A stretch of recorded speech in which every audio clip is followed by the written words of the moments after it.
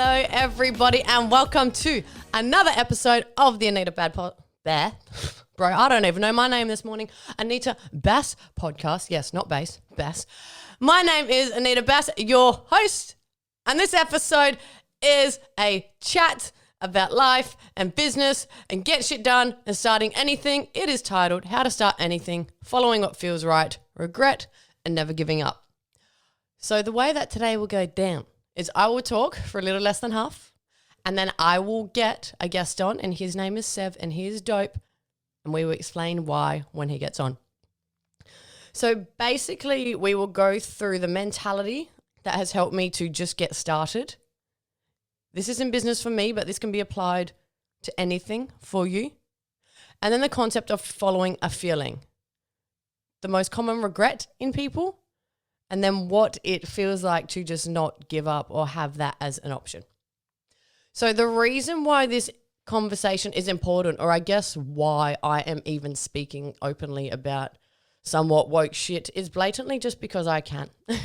I feel like these conversations are super important, somewhat obvious, but super important. And as I always say, if someone had spoken this type of stuff to me at the age of 21, I may not have felt as alone. I spent like 3 to 4 years just feeling super alone, and it was because I was about the mentality that emotions were something to be shied away from and blah, blah, blah. So I never spoke about them. And I guess with the vessel of Awake Tours being somewhat quote unquote cool, I can bring the thought process of emotions and getting help and just being open, talking about stuff that is important.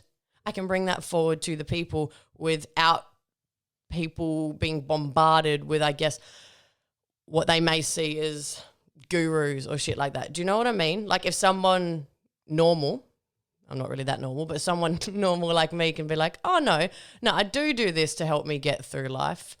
And I think that's a bit more relatable than hearing it from someone who you may not resonate with. Anyway, so I want to preface before I say anything that when I speak about my experiences and when I speak today, I will use the example, obviously, of starting a business and being an entrepreneur, however you say that word. But that doesn't mean that that is the way it has to be for you, nor do I ever want to create the illusion that that is the only way to be happy or to get shit done, because there are a lot of people who are good at what they do in their job and they're happy with that, and that is fine. There are a lot of people who even don't like their job, but their story is, I don't like my job, but it allows me to provide for my wife and kids, so that makes me happy. So that is fine. So when I say entrepreneur, I don't want anyone to be like, oh, I feel less than because I haven't found my calling, or I feel stupid because I don't even know what I could go after. Because these are thoughts that I would have. I'll be like, what is it that I like? Because I like fucking nothing. So you don't need to be on the path of wanting to tell your boss to go fuck themselves and start your own business to apply anything that I say to your life. That's what I want to say first, because I never want anyone to feel less than because they can't be a quote unquote entrepreneur, and that is not the only option. That is not the option, okay? So now I am going to go to point number 1, which is the mindset that has helped me to get something started. So it's really quite simple, isn't it? In short, you can always go back to doing what you were going to be doing anyway. People are like, oh my God, I can't take a year off to go and try. I'm studying to be an accountant, and I could never fathom the thought that I would just get up and leave and that would be the end of the world. And to that, I always say, look, you are going to be an accountant for the rest of your life. You're going to be an accountant for 60 years. Bro, take a year off and make that 61 years in this pattern of life. You're not going to notice. Similar to people who want to travel and they're like, oh, but my house, I'm like, your loan's 40 years, 41, you're not going to notice at that age. So no matter what you do, even if you fall on your face and you fuck up, you can always, and you will always go back to doing exactly what you were going to do anyway, so you never, ever, ever actually lose. In saying that, if you fail, quote unquote fail, there's no such thing as failure, only lessons. But if you fail, what has happened? Number one, you will never think what if, because thinking what if is more fucked than anything. You know, like, oh, I'm going to do this, I'm going to do, oh, no, I won't. And then your whole life you're like, what if I actually tried to do that? And especially if you're young before you have a mortgage and kids and you're not actually affecting other people's lives by trying, then you're just going to be like, why didn't I give that a shot? When you're older and in retrospect, when you see how long your life it kind of actually is. So that's number one. You just won't think what if. And then number two, you learned so much anyway. So even if it was a failure, which it won't be, trust me, every feeling I've ever gone through has led me to ultimately something absolutely fucking astronomically bigger, even though it probably wasn't even the thing I was going for in the first place. But number two, you always learn. Like, you learn so much. And say you fall flat on your ass and you become bankrupt. You now know, you learn what it feels like to be bankrupt. You now have that skill. So then possibly in the future when bills are coming in and all this stress is happening, you're just like, mate, this is nothing compared to the time when I was bankrupt. So that is number one. You're going to end up in the same position anyway, so taking some time off doesn't fucking matter. Number two, you're going to end up a success and you're right. Number three, you'll never think what if. And number four, you're going to learn so much that just by sitting down in your desk and never going out after it, you could not have learnt. Number two, no one cares about you as much as you think about you. This is super important because this stops people from starting. Example, posting. I'm too embarrassed to post, blah, blah, blah, blah. No one cares about you as much as you do. Think about it. If somebody from school just starts posting all this stuff and you say, ugh, that's so annoying, I don't want to see that shit, what do? You think that for that 2 seconds and the thought goes, or you unfollow them and so it weeds itself out so you don't have to see it and they don't have to have somebody not wanting to see their shit looking at their shit. So you think in your head, oh, I can't do this, people will talk. What, do you think these people are like, oh, that's so embarrassing what they're doing? And then they go and tell their friend, and then they tell their friend's friend, and then they go and tell their boss, and then they go and tell their uncle, and then they go speak to their cousin. Wow, oh my, no one does that. You think people think about you more than they do, when realistically you just have to treat yourself the same as you would treat someone else. If you saw somebody posting annoying stuff, you would just be like, that's annoying, or they've changed, or you know what I mean? So that's number two. No one cares or thinks about you as much as you think about you. Number three, and my favorite thing I think to talk about, is people who are doing well do not hate, okay? Get that through your head, because they're happy and they're the type of people that you either want around or will be buying your stuff or bringing you energy or knowledge. Example, if someone came up to me and they were like, oh my God, I made $1 million this year. And I myself was like, oh, I made $60,000. To them, I would be like, yes, like, I'm so excited for you. We both figured out what we wanted to do and we both cracked it and we both can work for ourselves. And like, I would actually be excited for them because, wow, we've both done it and we can relate to that. I wouldn't be like, oh, I guess they got their dad's money, or I guess they must have someone to get that position. Like, those thoughts wouldn't go through my head because I am also happy in myself and what I'm doing. So people who are doing well never hate. So that means that the people who are talking shit behind your back, or the people who are shitting on you, are people who aren't doing what they want, and people who are going out of their way, taking time to either write or talk, press enter about negative shit. Like, bro, who the fuck has that much time? If I could be given anything, I would be asking for more time. You are going out of your way to make somebody feel shit. That's how much you don't have going on. So that just weeds it out. The people talking shit about you are the people who aren't doing well. They're people who aren't going to support you. They're not supporting you. They're talking shit about you, thus making their opinion irrelevant, thus because they're people that you don't want in your life because they are putting you down. So that in itself is this self-working cycle, which is amazing, which I love. Because people doing well don't hate. And those who are going out of their way to put you down, they need to go do their self-work. But they're not people that I want around me, nor would I appreciate it nor would half of them say it to your face. But yeah, so think about that.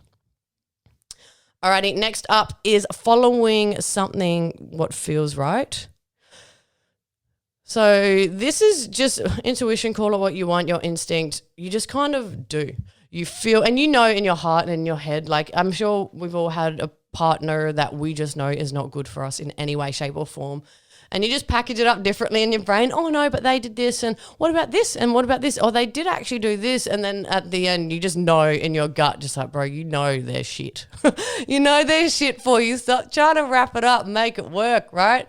Like we all have that feeling. So sometimes when you just feel like you should do something, you have to lean into it, even though it sounds psychotic, because then life starts getting out of the way for you and you naturally start finding yourself in situations which help aid you, which sounds dumb, but it just kind of happens. Like when I moved to Melbourne the first time, I had $500 in my suitcase and I just got on the plane and Mum's like, what are you doing this time? I don't know. I just feel like I should go there. And then I ended up, this is where I was going to try to find like to pay off debt. And that's when I could get all the jobs because Melbourne had a bigger economy and more jobs. And I ended up saying no to 3 jobs in my first day. And I was like, why the fuck did I say no to all these jobs? Like I need to pay off the debt. Why did I just say no? But I'm like, it doesn't feel right. And then I ended up on the next day going to this company and it was one of the biggest oil and gas companies. And they offered me $43 an hour to do admin work. And I was like, yes, I'll take it. And it ended up being the dopest job with the dopest people and the dopest benefits and perks. And it was amazing. And that was just the feeling that I had to say no to the other ones. So fast forward after I had actually paid off that debt, it was about a year. And I just felt that that no longer served me because I didn't want to be there. And I was actually just trading time for money. So I said, I'm coming home. And my mum, again, was like, you're crazy. You're not going to get that type of money doing anything here. And I said, that's okay. I don't really want a job. I just needed to pay the debt off. I'm coming back. So I came back, took a pay cut of like $1,200 a week, regretted it for a tiny bit, but it felt right and then paved the way to allow me to then work on the stuff going forward. So just going by your gut instinct is so important, and you hear about it and it sounds like woo-wah bullshit because it's not measured by anything, but it's a true thing. And if there is something inside you that you feel that you should be doing, then you owe it to yourself to actually go after it just because. And life is short, but life is also long. And as I said, you can always go back to doing what you did anyway. You can move country and you can always come back. You can go to fucking another continent, lose all your money, get your heart broken, and having someone steal your wallet, put you at gunpoint, blah, blah. But now you have these skills. Now you have these stories. You know, there is nothing on the other side of fear, and there's nothing scary about going after what you want. But there is a lot scary about regret. I promise you this. Next point, do not take advice from people who haven't done what you want to do. I have mentioned this before, so I won't go too much into it, but I won't take advice from anyone unless they have done exactly what it is that I'm trying to do. That doesn't mean I'm rude about it. I'm like, fuck off, I don't want your opinion. Like, I can take it on and I can learn stuff from them. But I guess, in the events and all this space, I would take advice from Pass, the dude who owns Insomniac, who runs EDC and everything, because he has actually done exactly what it is that I want to do. I wouldn't take advice from somebody and they're just like, you can't do this. And I'm like, why? They're like, because of this, this, and this. And you're like, bro, well, have you done it? No. Well, who the fuck are you to tell me that I can't do it just because you have decided for yourself, in yourself, that you couldn't do that for you. And now you're trying to put that on me. And in turn, someone else has done it before and we're all born the exact same and no one is born more special. So why the fuck, if it's been done before, can it not be done now? Riddle me this. Do not tell me what I can and cannot do, especially if you have not done it. How the fuck would you know? It's so stupid. It really, really is. Although people love to smash their opinion around like they're king of the world. So that is another thing. Don't take advice from people who haven't done what you want to do. Next, the concept of regret. This will come into play after not following what you feels right. And is just honestly one of life's biggest regrets. You know how we interviewed all these dying people on their deathbed. So I'll quote something from the Aubrey Marcus podcast, 268, from Boyd Varty. He said when he was in his 20s, he would sit down with people who were still quite young in retrospect, so 50 or 60, and their biggest regret was realizing that they had never gone after the thing that had called them. They regret not ever having the courage to start. He would speak to them about loss of people who had died, and he said that was almost a given and expected because it was just a part of life. Like, obviously loss was sad, but that wasn't their regret or the thing that hurt them the most. What sucked the life out of people was that they had known that there was something for them and that they never gave themselves the space to pursue it. It seemed to etch a depth of regret that was not as healable as losing people.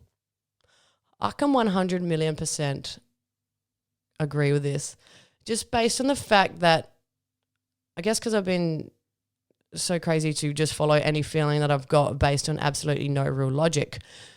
When I have gone after everything, on the other side of it is always better things. So that's, I can definitely think if I was just sitting on my deathbed, be like, why didn't I do that? Like, why not? Like, honestly, why not? Because I was scared. Scared of what?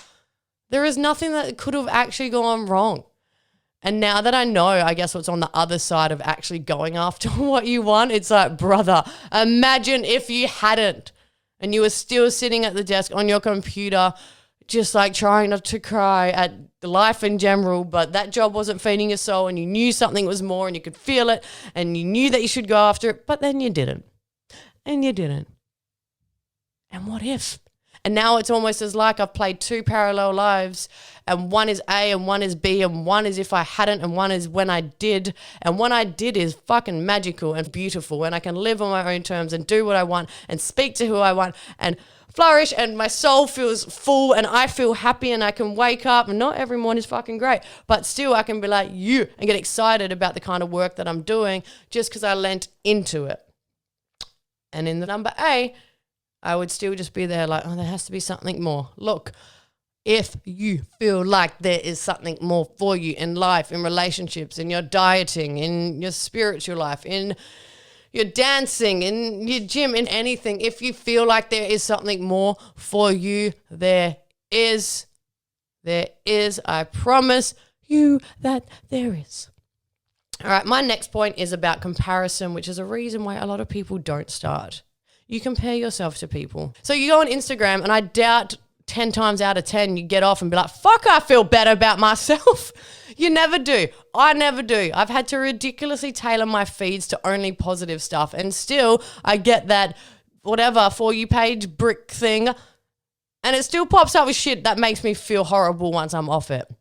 Comparison is the worst thing that you can do because there is always something bigger. There is always some more numbers. There is always something quote unquote better. And this is your journey. This is your path. And if you keep thinking about that, then you will never start. And that's fucked. And you stop because you're like, oh, I don't have enough followers to do this. Or, oh, I haven't done this for long enough. Or, oh, and in doing so, be self-aware. I'm not saying that. There are a lot of people who want recognition for stuff, for something that they have never done before, and they put entrepreneur in their bio and they want everyone, oh, I've started the and in a way they're shooting themselves in the foot, because if someone's like, oh yeah, show me what you've done, they're like, oh fuck, haven't done anything, just wanted recognition. So be self-aware. Obviously when you do have something to offer, or when you do want to put yourself out there, or it feels right, then do it. A lot of people think, oh, I don't have many followers, or I've got 80 followers on here. I always try and think about it if that many people rocked up to your door and just wanted to hear you talk. If I had 80 people just rock up to my door right now and say, spit us some truth about the world, I would think that's a lot of people. 80 people is a shit ton of people. But some of y'all are not posting because you think that your 80 followers aren't worth your time. Yeah? So if 80 people came up to you, you could spit word, and one of them would be like, oh my God, this has changed my way of thought, and you can change their life. And that's what you wanted to do, but you thought that you couldn't do that until you had 4 million people on your platform. You know? So do not compare yourself. There are always people who have more than you. You do not need millions of people to start. You know, you can start grassroots and you can change the world now. All right, so my next topic is never giving up. I think with never giving up, mine has been instilled with me just from everything above. When you have done all the work and when you have put so much into it, it's a lot harder to give up. It's very easy to give something up if you've given it like 2 minutes of your time in their life. You're like, oh, fuck, I'm not that invested in it anyway. But if you've actually put in the work, never giving up is just the only way to be. With me, never giving up has just been instilled from me. I don't know why. I feel like, and without going into detail, my childhood was hectic because my dad was quite harsh on us. And I remember he always used to say, like, yeah, you can cry now, but you'll thank me in the future because life will never be as hard as what this is. And in some way, I actually think he was right.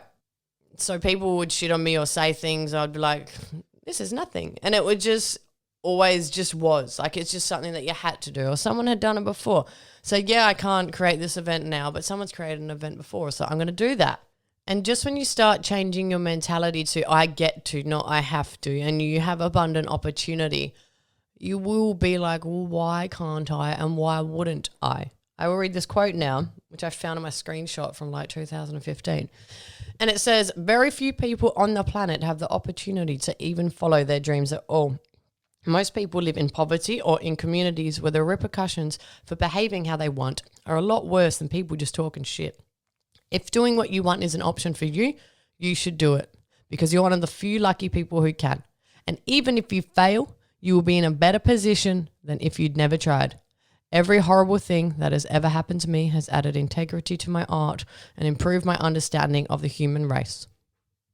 Correct. Correct 100. Yeah? Correct. If you have the chance to, why not? And never giving up is not something like, oh, never give up. I'm going to get go, blah, blah, blah. It's just that you just know that you can do it. It's just going to take time. You can do anything that you want to do at all, period. At all, because someone has done it before. It is not impossible. It is just hard. There are two different things. It is achievable. It is not impossible, but it is hard. Yeah? Like you never gave up trying to walk when you were younger because you knew that you could see people around you walking and it was just the next thing that you were to do and you just haven't figured out the right way to walk yet. So you would get back up and you try again because my mum's walking, my dad's walking. Walking is a thing. I just need to figure out the easiest way for me to get up and start the walking. But because, yeah, as I said before, it's something in your mind that you're trying to create or it's something that you want to start or when you go to the gym, like, oh, I want to get on stage, but right now you don't even know how to lift a 2-kilo dumbbell above your head. It's so impossible and you're scared of failure. And that's on a closing note before I get in Sev, I just want to say that failure is not a bad thing and is nothing to ever be shied away from, which people are embarrassed about it. Like, oh, it's so embarrassing. I said I was going to do this and I didn't and I fucked up. But, bro, you're not failing. You're just figuring out ways that don't work. Like I failed publicly so many times, which I hope to talk about. And even in the beginning with Wake Tours, some of the stuff that I was doing is literally laughable now. Like, what the fuck did you think that had anything to do with your brand? Or how did you not see that that was definitely not going to work? You gumnut human. Like, how? But I was just at that point in time because you don't know until you know. You don't know anything until you know. So forgive me for not knowing what I now know once I've learnt it. Yeah? Play that back again. I didn't make that quote up, but it's dope. And in closing, before we get Sev, I want to say when I was younger, as I've mentioned, I was hell sad. And so when I got to the peak of that, I remember saying to myself, well, I considered myself dead because I may as well have been given the fact I just wasn't even a functioning human. And so I gave myself a second chance at life. This can be, I guess, where my confidence came from. I gave myself a second chance of life and I was like, you can get fucked if you think you're going to have a second chance at life and you're not going to live it. Like, what do you mean? People are dying on their deathbed and you're out here with this beautiful opportunity and you're not going to do something because you're scared of people's opinions. And whose opinions? As we said in point number 4. Whose opinions are these? People talking shit about you, people who are negative, people who aren't doing what they want with their life. Are these the type of people that you're not going to go after your dreams because of? Fuck that, mate. Do not give them the satisfaction. Oh, I didn't because this girl said this to me who I went to high school with. Fuck her. She ain't paying your bills, man. And she's that much of a hater. She has nothing to do but sit on her ass and type mean stuff to you and press enter. Like this type of person, are you going to not be happy for the rest of your life because this bitch is putting you down? Hell no. Fuck that. Fuck that. I'm sorry for swearing so much. Wow, I'm passionate as hell. All right, so I'm going to get Sev on right now, who doesn't like swearing on his podcast, so might have to edit some of this out. Okay, so the reason why I'm getting Sev on is because he fits in perfectly with this topic because he has just gone after what he wants based on a feeling, and when he has got shat on by the world, has just always maneuvered around in some way. So in background, he is traditionally a school teacher, but he has passion for photography and teaching as well, but it just wasn't feeding him as much to be in the classroom at that point in time. He then decided that he would take 1 year off to do his photography. He wanted to travel and learn to take photos in a different way. At that point in time, he was getting community of photographers together and he would do photography tours around Perth and he would teach them because he still loved teaching. When he left the physical classroom, he then decided that he still wanted to be teaching students, but he didn't really know how to. So this is when his TikTok came into play. And now he does lives and he helps children with algebra and all their maths and everything, still from the comfort of his own home, as well as giving them tips and things that he wished he had known at that age. So he is still staying in their life, just not in the traditional sense, because he knows that he loves teaching. He just hasn't figured out if he wants to be physically in the classroom. So he took this year off to work on his photography, to continue his podcast, to build these communities. And obviously, as we all know, this year, COVID-19 happened. So instead of being like, oh my goodness, poor me, he's now doing different things all around and really getting into the community and really being like, okay, my original plan isn't working, so I'm going to find a different way. So he has started a podcast with Perth wedding photographers and he's building that community. He's now branching off for his student online teaching and doing that under another profile. He's now doing blah, blah, blah, blah, blah. Like he's finding so many different ways. I said to him that to me, it looks like, it reminds me of when somebody's trying to get to the front stage of a festival and they're going to go through the crowd and you're holding someone's hand and you're like, this way, this way, this way. And you find a block, a person, a group of people. And people are like, oh, fuck, we can't get to the front. There's always a way. There is always a way to the front. You know there is. And if you have that in your brain, you just like weasel through it. Oh, no, go to the left, go to the right. That person's kneeling down. We're going to jump over them. We're going to go to the front. There's always a way. There is. There always is. I'm talking literally in festival and literally in life. So that's what it's been like watching Sev commit to this whole entire year of just giving up temporarily his teaching and just really honing in and following his dream and just doing what feels right and then getting completely shat on and then be like, no, I'm going to do this. Instead of when that first roadblock, when that first person in the festival was there, he didn't think, that's my sign that this just isn't for me. This isn't what I'm supposed to be doing. He was like, nah, it is. It's just we're not going to get there the way we thought we were. So let's go back to the drawing board. Let's suss this out, yeah? So I'm going to get him on the phone now and ask him a few questions because I think that mentality is amazing to come by and it's really, really beneficial in life. So I love talking to people about that type of thing. Yeah? All right. Cue in Sev, the 6'10" school teacher. That's tall as hell.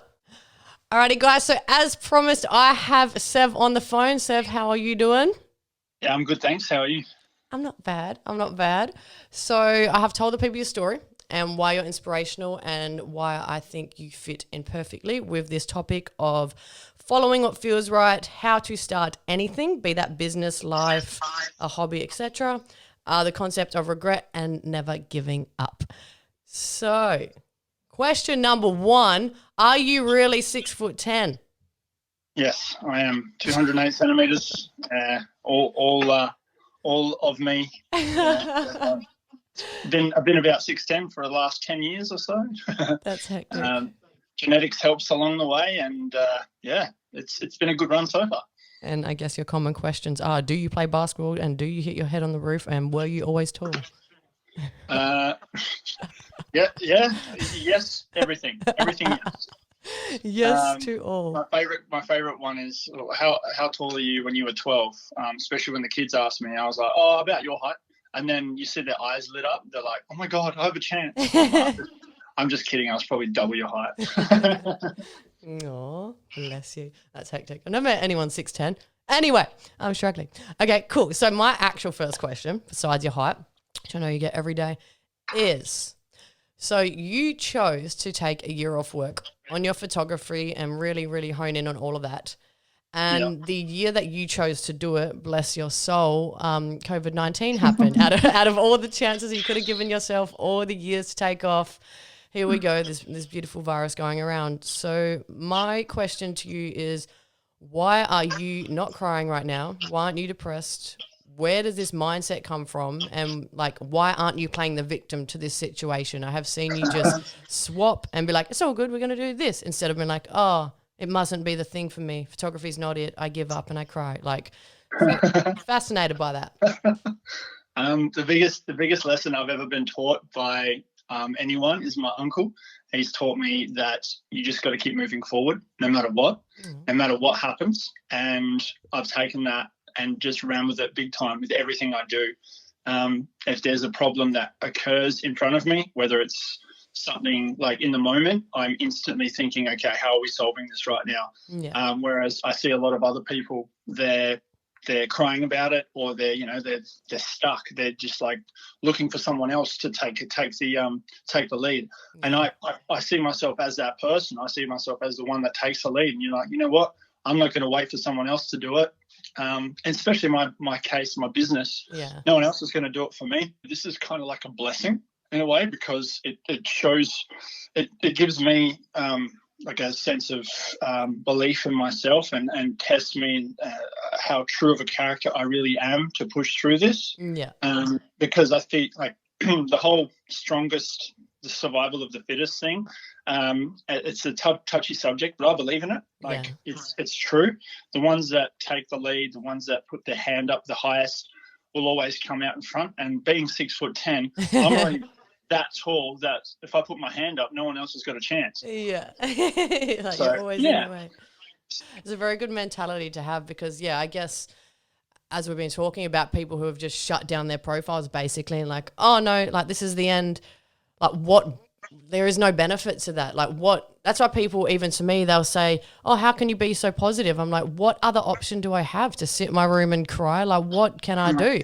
Same with you. Like, if you were to be like, oh, this wasn't the thing for me to do, like, you're only making it worse for yourself. Yeah, well, that's what I mean by survival of the fittest, because those people are the photographers that,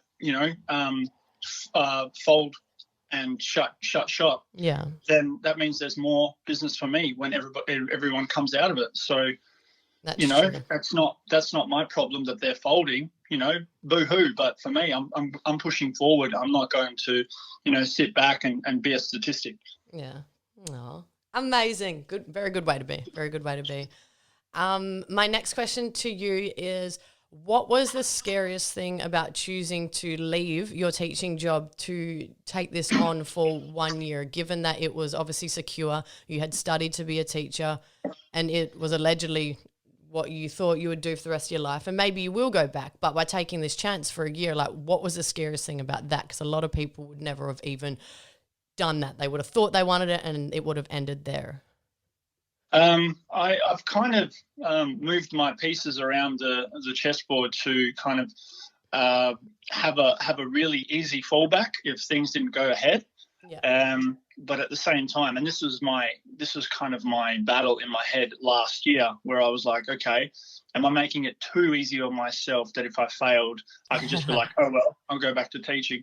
So I kind of gave myself a timeline. So by the middle of this year, I would be like, okay, I'm not where I'm at. I need to readjust or push harder, so that by the end of this year, I would be like, right, I'm stepping away for good now. That's teaching's now in the past. So that was the battle, and that's what I set up to do. But it was a little bit scary.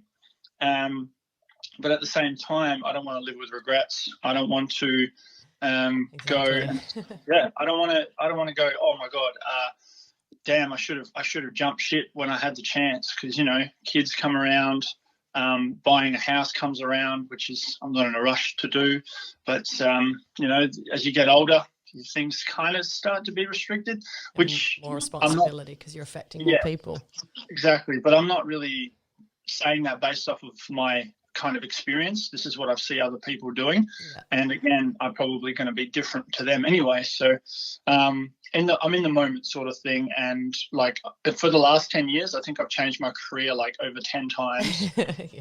Pretty instantly because of my interests, and I need to be obsessed. I need to be obsessed. I need to be absolutely like, this is me. This is what I want to do, and I need to have at least 95% fulfillment from what I do. If it's anything less, I'm not all in, and if I'm not all in, I don't want to do it. And that's why I quit footy as well. I wasn't all in anymore, even though I was kind of nearing towards my peak. I said, you know what, I'm just going to do more of what interests me, and that was the biggest motivator to change from school to photography, because last year most of the day I was thinking about my photo shoots, my photo editing. I couldn't wait to get home and do that. It wasn't fair on the kids, and it wasn't fair on myself. So I put myself first, and at times that's what you got to do. Oh, good. I think that's important, and kind of what I'm learning as we get older. And same as you, I've had a lot of jobs, but it would always be like, I should do this or for money and that. But then now I'm about, even though life is long, it is still short. And I'm like, I'm over just doing stuff, just kind of, if it's not everything, then it's nothing, and let's move to the next thing. And although that's brutal, as you said, it's unfair on like the person, same as say relationships. You're like neither here nor there. It's like, it's unfair on them and it's unfair on you to just kind of like be dabbling around. Same with your passion. You're selling yourself short, and you're wasting time ultimately on what could be spent on actually something that lights you up so intensely that you're like, oh my God, every morning, or you're excited. I use that analogy too with the relationships. Like I hit a point, and this is why I realized when I was younger why girls like the older guys, because they kind of understood that. They were like, I don't have time to fluff around, and it's you know, you may as well, you know, partner up with someone that's going to excel you, not just you know, just loiter around life. You know, it's nice to just, you know, test the waters, but there's a time and a place where enough testing's done and you should be able to kind of know what you want to do. But even then, like at 29, I feel like in the next 10 years I'm probably going to find something else that will interest me as well. So, and that's fine. That's fine. No, everyone changes. Like, who knows? Career changes everywhere. Like it is. You can't do the same thing most of the time. This aside, I'll get back to my questions, but I always say this, you can't do the same thing every day most of the time and be as excited as what you originally were. So people who are doing things, again, with relationship or say in career, who aren't actively making an effort to every day get up and see the good in it, sometimes like, oh, I'm not excited about, say, my job or my passion, and they feel like that's something wrong with them, but it's not. And it's not bad if you do change it. You don't have to feel like a failure just because you've done something for so long. That's the biggest strength. If you can change, if you can accept that you need to change and not worry about someone else going up to you and saying, oh, I thought this was what you were all about. Oh, now you're changing your mind. If you can push through that, you will win. Yeah, because you will offend some people in the process, because that's the character they know you as. I know you do this, you're like, but I've changed, but this is what we know you as. Like, well, that's your problem, and I'm sorry, but I don't want to just be that forever. You know? Yeah, don't please other people. Exactly. Alrighty, next question, and this is just really short. Don't know if it's too personal, it's about money, but yeah, as we talk about like following your passion and doing your side hustle and blah, blah, blah, I never want people to think, which I think sometimes they get confused, that we mean you just quit your job and you start the next day like, oh, I want to start this business. All right, see ya. But they don't take into consideration how long it may actually take. And then they're like, wow, I have no money. And I want to be like, I didn't mean that. Like, I didn't mean quit everything and start with $0. Like, you can still do your side hustle and I guess be humble enough to keep your day job. So my question to you is, by you taking this year off, and I think you've somewhat already answered it, did you save money and kind of have a plan for yourself, or did you just start from zero, and what would you recommend? This is one of my favorite stories to tell the kids at school when I'm teaching.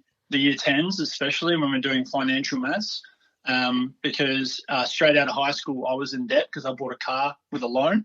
And then I traded that car in for a better car. And then I started to, I was paying that off for a long time. And then I wanted to go travel, as you do. And then I refinanced it. So I extended the loan. And then from there, I started, flirting with credit cards. And then from there, I started getting into photography. So I started to purchase photography stuff and more traveling. And there were some sweet credit card deals. And before I knew it, at the end of 2018, I think it was, I was $16,000 in debt. Yeah. And it's easy. It's easy. Yeah, it's easy. Like my car loan was on the tail end, but the rest of it was still like I hadn't learned my lesson. Yeah. So, yeah, at the start of 2019, I went to Japan, did that, and I came home and I was like, right, this debt needs to go. And in 5 months, I gave myself 5 months from end of January to end of June. So end of the financial year, I wanted to be debt free. So 16 grand cleared. I failed by a month, so I did it in 6 months. That's amazing. So not too bad, not a bad effort. And then I had a plan to take my girlfriend to America in October and set up an elaborate plan to propose. So, and I managed to save for that, did that, proposed, engaged, yay. And then by the end of the trip, we still had money in the bank. So that was cool. We still managed to save money coming out of the trip, where in previous years I'd go on a trip and actually be in debt because I would be like, YOLO, put it on my credit card, or I've got 1 week left of travel, but I ran out of money. Here comes the credit card. And then by the end of the trip, I'm like, oh my God, I'm broke. I hated that. I got back home and said, right, I need to literally start saving. Yeah. And then doing that side hustle, start getting bookings and that whilst I'm still at school. November was a good month. December was a very good month. January, February were up and down. And then March, at the start of March, was very good. Just before I finished up the year, I had a bit of savings already. I had no debt and I didn't have any liabilities. So it is very important. It is very important to make sure that you do have some sort of a cushion, a buffer, so that if worst case scenario happens, and funny thing is, it did, worst case than anyone could ever imagine, you can still survive. And a couple more questions for you. My next one is, money may not be, say, as constant, not saying you're not making as much, but it may not be as constant in the sense of paycheck to paycheck with your new venture. Most people feel that money should lead their job and what they're doing from Monday to Friday.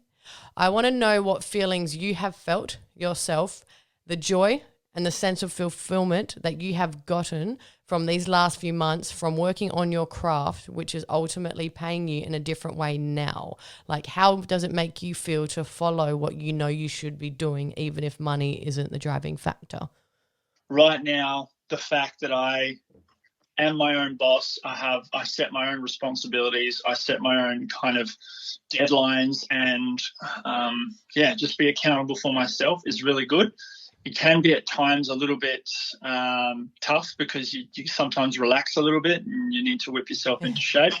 And that's challenging because unless you teach yourself to be disciplined, you can easily fail. And that's where most people fail, because they need that boss. They need someone higher up to put them into gear. So it's all about accountability. But because I've managed to train myself with it, it's been amazing. Like, I love the fact that on a Wednesday I can say, you know what, today's Wednesday, today's no work day, and I love being at home, especially with my dog. I'm obsessed with dogs. It's like a family member, legit family member. And then being able to 10 o'clock in the morning go for a coffee or just for a walk, and not be like, damn, I have to be somewhere, you know? And I think that's the best feeling. As well as I feel probably having no regret either, in the sense that you will never be like, oh, what if I ever tried that photography thing? Oh, I just want to stay safe. What if? And then, oh man, like That's what my mate said to me because he did it. He actually had his first year anniversary when he pulled out of his job to become a videographer. Yeah. And he was kind of mentoring me earlier on, saying, late last year, he was saying to me, the hardest part will be now, where you're ripping that Band-Aid off and you're pushing through the next 3 months. Yeah, damn. I was saying before, when you do finally be like, no, I'm going to do it, and then you take the massive, massive harder step of actually doing it, it's like you have two lives being lived out, like life A and life B, and you think when you actually have lived that life B and you have done it and you see what you get, as you said, you can have Wednesday off, you don't have to have a boss being like da-da-da, but you get the stuff done. You think, wow, I'm at peace and I feel so much more relaxed and I don't have to hustle to work to something that I don't enjoy, and you just kind of, it's like laughable as like, had I not have taken this chance, I would never know this experience exists. So I thank myself so much for actually doing it, because the initial part was the hardest part. Yeah, it is hard now, but it's not as hard as being stuck in something I hate. Not saying you hate teaching, but a lot of people hate their jobs. And it's like, so that's like, oh, it's too hard to start my own thing. But like, you know what? It's harder to hate something for 40 years. That's a lot harder. I would trade that any day than a bit of hard work. But a lot of my colleagues looked at me weird when I said that I was going to take a break from it, because I had that permanent position and I love my job. Yeah. It's a very unique spot to be in, to actually like your job or love your job, but still want more. You know, I feel like that's even more gangster. But, going after what you feel, that's the hectic part. Yeah, but the fact that I now, because I have to push myself, if I fail, that's on me. Yeah. Otherwise, you know, there are a lot more variables, uncontrollable variables, working in a job in specific industries, where if someone above you makes the call whether you go up or not, progress or not, I hate that. I really hate that. In their hands. Exactly. That's not me. I mean, you can still work harder and push through it and be on reasonable doubt why you should move forward, but I like being my own boss. I like doing my own thing, and I like the more I hustle, the more I push, the more I market, the more content I create, the more people I network with, the better the outcome, and that's on me. If it's not enough, then I haven't done enough, and I feel good at night knowing that. Yeah. And even if I'm not succeeding at times, I can still sleep well, because I know that the next day I'm excited to go even harder. Yeah. Yeah. All right, 3 more questions. Advice for anyone too scared to start, whether this be their side hustle, to start at the gym, to start a new life, to give up that relationship, to start putting themselves out there, to start posting on social media, and just being too scared. Advice to them. It is so big in your head. There are 4 words. It's better than not. Better than not. What a great answer. It's better than not. Like, think about that. Yeah. Anyone else that's listening, think about that. It's better than not. If you don't, that's it. Done. And the end. Done. You're learning what didn't work, but without doing it at all, you're not learning anything. Yeah. You're just kind of defaulting every time, and that becomes a habit, and then your life's over. You know, that's and that's what excites me. Why not? My one weakness is, I don't know if it's a weakness, but it's still too early to tell, is I do jump around a lot. And that's why for younger people, and this is the advice I'd give them, it's important to stay out of debt for as long as you can, be good with your parents, stay at home for as long as you can, just so you can taste test as much as you possibly can. Yeah. Because the sooner... And it's not a rush either. But the more idea you have of what you want to do, the better you can kind of double down on that idea. Yeah. Start doing it, become obsessed with it. Yeah. I preface at the beginning of this, when I talk about entrepreneur stuff, I don't want people to ever think that's the only way. Like, a lot of people are happy at their job and that's them. But if people are like, I am not happy and I don't know what I'm doing, or blah, blah, blah, but I hate this job, often say a good way to figure out like what you want is by doing stuff that you hate as well, even though you don't realize it. Like I can't even remember how many jobs I've had. It's near 20, but my biggest moments of, oh my God, this is what I want to do, or this does not drive me at all, or this like have come from me just absolutely hating being somewhere. Whereas when I've had the opportunity to do what I love full time, sometimes a bit of like, you don't lose it, but you forget how hungry you were during that time. So for people who are like, I don't know what to do, by doing stuff that you quote unquote hate, that also helps as well. You need to find your obsession. You need to find whatever distracts you. You need to push towards that, whatever it is, even if it seems stupid. Next, a question for you is, I have obviously met you and you are a very confident person.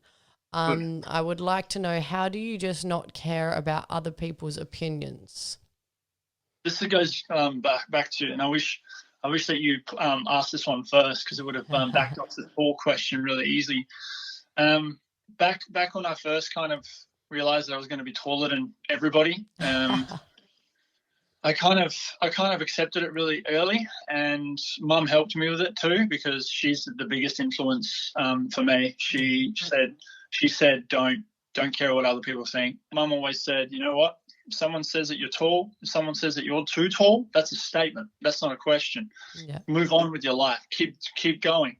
And then going into life as a tall person, I remember reading an article early on, like years ago, about how tall people are more successful. And obviously, I liked that article. Yeah, I resonated.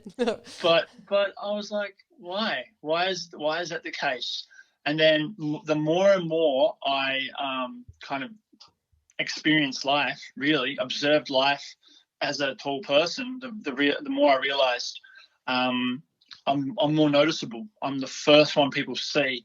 I'm the kind of the wow factor, without kind of talking myself up a little bit, but you know, and there's a story about this. When I was getting into teaching, I was finished university, and all of a sudden, all of my uni friends and myself were enemies because we're all fighting for the same job. I went out and went to every school and resume dropped in person because I knew that they would remember me. Yeah. Whereas most other friends would just email or do it online or whatever. And I did it in person. Every school that I went to, their number one statement was, we wanted to hire you because you were tall. Yeah, because I stood out. I was confident. I rocked it. No, they wanted to know. They wanted to see what I'd do with the kids and how I'd relate. And it's fun for worked. The kids. I got made permanent in the first year out of uni, which is unheard of. That's amazing. The confidence, I think it definitely, the height helps, but at the same time, it's the no cares given. Yeah. I would swear, but I want to. Oh, dude, I've been swearing PG for me. Yeah, exactly for you. But I don't care about what anyone thinks, purely because of all the success I've had, and I've tested and even the failures, because every time I've failed, I've come out of it better. And one of the other most important things anyone can learn is how to self-reflect. Yeah. Because if you can self-reflect from your failures, you'll actually never fail. You just learn and win. Learning and winning. Yeah. Learning and winning. That's the title of this podcast. Learning and winning. Learning and winning. That's it. That's what the L stands for. When you take an L, you're learning. You're not losing. That's a good one. That's why I'm not phased. And my final question to you is, what advice would you give to your younger self? Oh, I actually said this last week in my own podcast. Do everything that you're doing. Plan a little bit better, even though nothing ever really goes according to plan in life. If you really look down, put it down to it. Get out of debt earlier. Yeah. Stay out of debt, really. And taste test as much as you possibly can. Like, do everything and anything that has a relative interest to you. Aw. Thank you very much, and thank you for answering all of my questions.